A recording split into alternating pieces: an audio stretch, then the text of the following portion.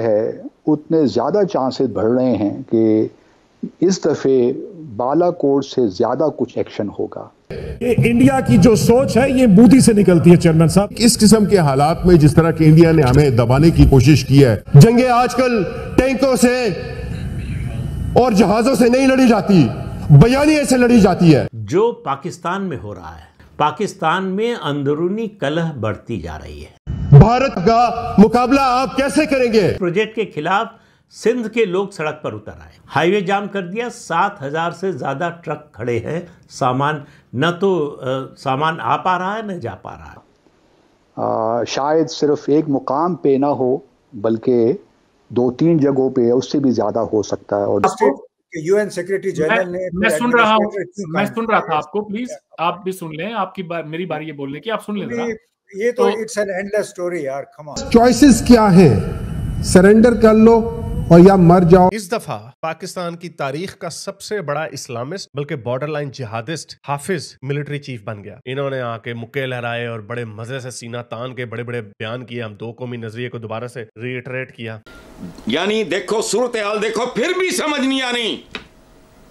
दोनों तरफ से हमला तो पाकिस्तान को कम से कम 3 मोर्चे पर लड़ना पड़ेगा अगर भारत से युद्ध होता है। मेरे ख्याल से अगर पाकिस्तान को आजाद करवाना है तो इससे अच्छा मौका पाकिस्तान के पास कोई नहीं हो सकता। नमस्कार दोस्तों, जंग तो जब शुरू होगी तब शुरू होगी, लेकिन उससे पहले ही पाकिस्तानी आपस में ही लड़ चुके हैं। सिंध और पंजाब के बीच में काफी डिफरेंसेस चल रहे थे और वो बिल्कुल सड़क पे आ चुके हैं। यानी जंग शुरू होने से पहले ही पाकिस्तानी आपस में बढ़ चुके हैं। ये एक अच्छी चीज है भारत के पॉइंट से। दूसरी तरफ मोदी जी की जो नीति थी दवा बनाने की, वो काम आ रही है। एक तरफ इनका जो मिनिस्टर है रात को 2:30 बजे प्रेस कॉन्फ्रेंस करता है, जिससे दिखता है कि वो बिल्कुल बौखला चुका था। कोई रीजन नहीं था, कोई वजह नहीं थी रात को 2:30 बजे प्रेस कॉन्फ्रेंस करने की। दरअसल पाकिस्तान की जो समस्या है वो है पाकिस्तानी पंजाबी, जिन्होंने पूरी तरह से सिंधियों को, बलूचों को और जो खैबर पख्तून के लोग हैं उन सबको दबा रखा है। और पाक ऑक्यूपाइड कश्मीर में तो कंडीशन बहुत ज्यादा खराब है। दोस्तों, कई पाकिस्तानी सांसद हैं जो पाकिस्तानी सेना के बिल्कुल अगेंस्ट हो चुके हैं और संसद में सवाल उठा रहे हैं कि आप कैसे लड़ेंगे। पाकिस्तानी सेना में भी बहुत बुरे हाल हैं।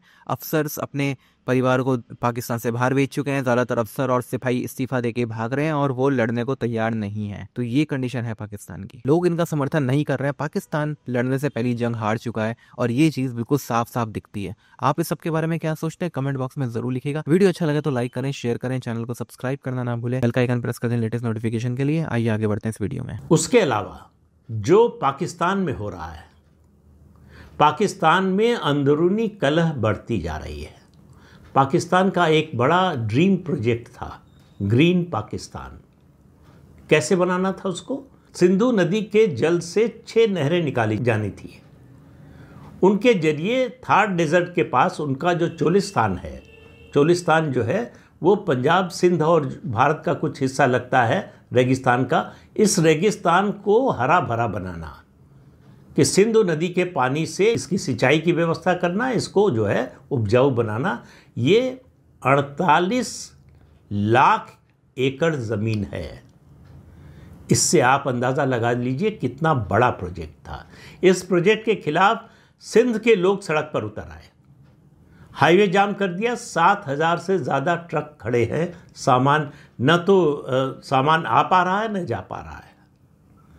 आखिरकार पाकिस्तान की सरकार ने इस प्रोजेक्ट को स्थगित कर दिया है, क्योंकि उनको मालूम है कि भारत ने जो सिंधु जल समझौते को स्थगित किया है उसके बाद पानी की और कमी होने वाली है। ऐसे में अगर पाकिस्तान इस अपने प्रोजेक्ट और पाकिस्तान सरकार अपने इस प्रोजेक्ट पर आगे बढ़ती है, और जब पाकिस्तान सरकार कहें तो आप समझिए पाकिस्तान की सेना, और जब पाकिस्तान की सेना कहें तो आप समझिए पंजाब के पाकिस्तानी। तो पूरे देश पर कब्जा उनका है। एक समस्या इधर है, उधर बलूचिस्तान से जैसे ही थोड़ी भी अपनी सेना हटाएगा पाकिस्तान, और उधर अफगान सीमा से हटाएगा, पाकिस्तान की मुश्किलें और बढ़ जाएंगी। दोनों तरफ से हमला तो पाकिस्तान को कम से कम 3 मोर्चे पर लड़ना पड़ेगा अगर भारत से युद्ध होता है।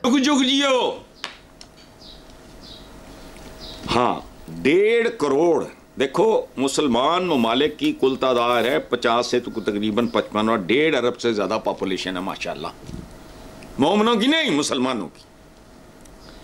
यानी एक तरफ 1.5 करोड़ यहूदी बमुकाबला 1.5 अरब मुसलमान। एक तरफ एक मुल्क 72 लाख इसराइल, दूसरी तरफ 55 मुमालिक। बैकआउट करो, कम ना कम करो। अपने हमवतनों को भूखा मारना है, बेरोजगार करना है, फलाना करना है। बाइकआउट क्या होता है? उनको तो खराश नहीं आनी। ओ इकबाल ने कहा, हो सदाकत के लिए जिस दिल में मरने की तड़प। क्या कहा? हो सदाकत के लिए जिस दिल में मरने की तड़प, पहले अपने पैकरे खाकी में जान पैदा करे। भाई भारत का मुकाबला आप कैसे करेंगे? ये इंडिया की जो सोच है ये बूटी से निकलती है चेयरमैन साहब। इस किस्म के हालात में जिस तरह की इंडिया ने हमें दबाने की कोशिश की है, जंगें आजकल टैंकों से और जहाजों से नहीं लड़ी जाती, बयानिए से लड़ी जाती है। कारगिल से लेके पुलवामा तक हमारी कौम ने जिस तरीके से भी खड़ी रही, उसमें आपको भी सोचना पड़ेगा। जब कारगिल का वाक़ा होता है तो उस वक्त के प्राइम मिनिस्टर साहब फरमाते हैं कि मुझे पता है जिन लोगों ने हरकत की है, मैं इंडिया से माफी मांग लूंगा, मुझे पता है ये पाकिस्तान से शरारत हुई है। वो जो हर रोज कर्जे मांग रहा हो, उसकी कोई हैसियत नहीं होती है।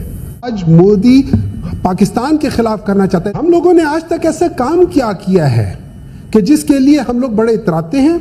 दुनिया की शायद इसके मुकाबले में 1/7वां हिस्सा भी मौजूद नहीं होंगे। ना हमारी आर्मी भी इनसे छोटी, हमारे लोग भी इनसे थोड़े, हमारी इकॉनमी भी छोटी। जंग लड़ रही है इंडिया के खिलाफ या उनके बयानिए के खिलाफ, तो मैं ये समझता हूं कि इस टाइम पे ये जंग एक हाथ से लड़ी जा रही है और एक हाथ जो है तो वो पीछे बंधा हुआ है। मेरे पास चॉइसेस क्या हैं? सरेंडर कर लो और या मर जाओ या लड़ाई कर। और अगर आज इंडिया ने यह सोच लिया कि वो हम पर अटैक करेगा तो फिर जंग पाकिस्तान और भारत के इस बॉर्डर के दरमियान नहीं रहेगी।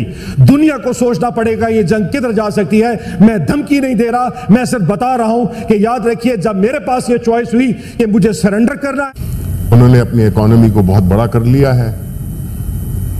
Internationally they matter, whereas unfortunately we don't matter. Why? क्यों? हम लोग इंडिया वालों के साथ बैठ के कोई दरमियान में ऐसा कमीशन बिठा लेते कि पता चल जाए क्या।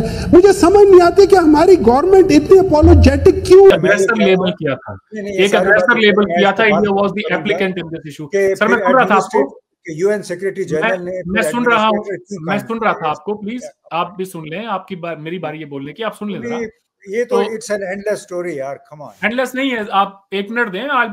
मैं तो सामने देख रहा हूं कि यूएन ने प्लेबिसाइट एडमिनिस्ट्रेटर 1949 जनवरी में क्यों अपॉइंट किया। सर अब मैं बीच में नहीं बोला आपके, आप जरा सुन लें। आप बड़े हैं मुझसे, थोड़ा प्लीज। बड़े छोटे की बात नहीं है, बात सुन लें आप। मैं सुन रहा था आपकी बात, सुन लेते हैं।